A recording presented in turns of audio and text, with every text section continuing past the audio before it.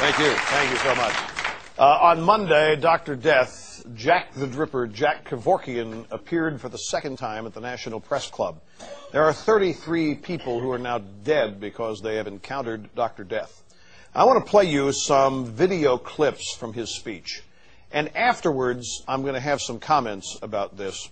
There are 4 or 5 of them here, if we have a chance to get to all of them. And I want you to notice, here's a man who loves death.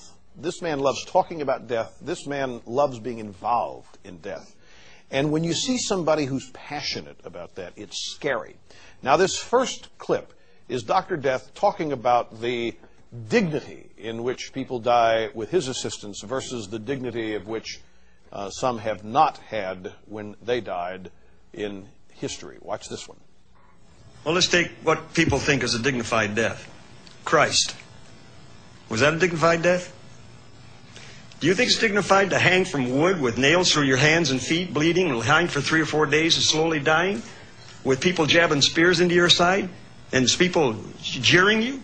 Do you think that's dignified? Not by a long shot. Had Christ died in my van, with people around him who loved him, the way it was, would be far more dignified. My rusty van. Do you see what I'm talking? Do you see, had Christ died in my van?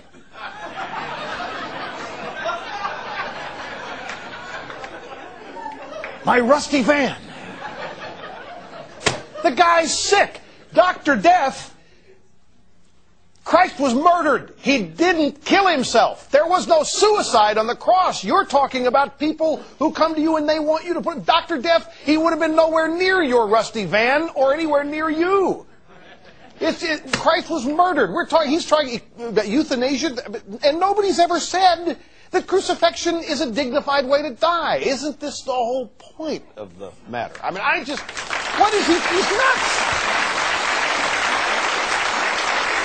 But he does. This guy just, those eyes just light up when he's talking about somebody dying. It's sick. Now, here's Dr. Death on his philosophy of life. Can you tell us your underlying life philosophical belief? Yeah, it's quite simple. Absolute personal autonomy. I'm an absolute autonomous. Do and say whatever you want to do and say at any time you want to do or say it, as long as you do not harm or threaten anybody else's person or property. This spoken after 33 people are dead having met him. Now, that's basically the libertarian philosophy, but clearly, ladies and gentlemen, he's exempting himself in the harming of other persons.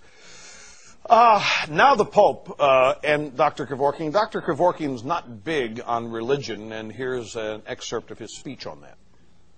God sets things in motion and then hands off. Let humans run it.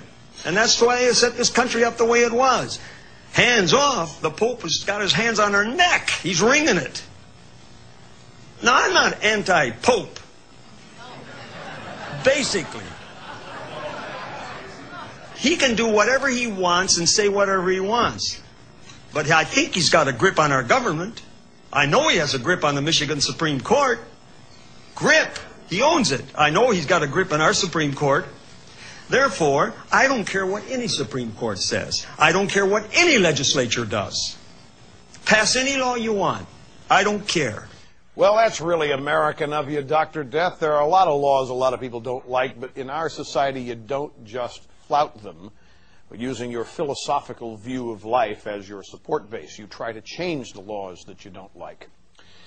And finally, there is this. Dr. Kevorkian believes that we are all trained to lie as we get older. Here's his explanation.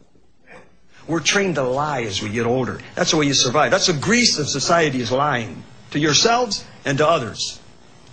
And the epitome of lying is in the epitome of society, the government.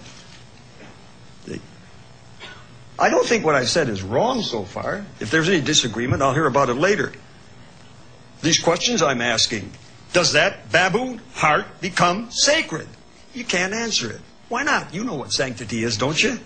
Can the body be partly sacred? Is the fecal material in your intestines sacred?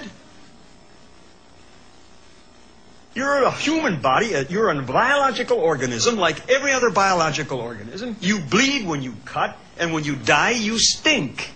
Now, what's sacred about that? He also went on to say that what we ought to do is take some quadriplegics' body organs that they don't need and transplant them to others. People have Lou Gehrig's disease or MS, go ahead and take their organs. What are they going to do, miss them? And that was the context in which he started talking about fecal matter. So we may have here our first fecal matter transplant specialist. And if he's going to do that, I can think of where he can put some. We'll be right back after this. Have a comment after this.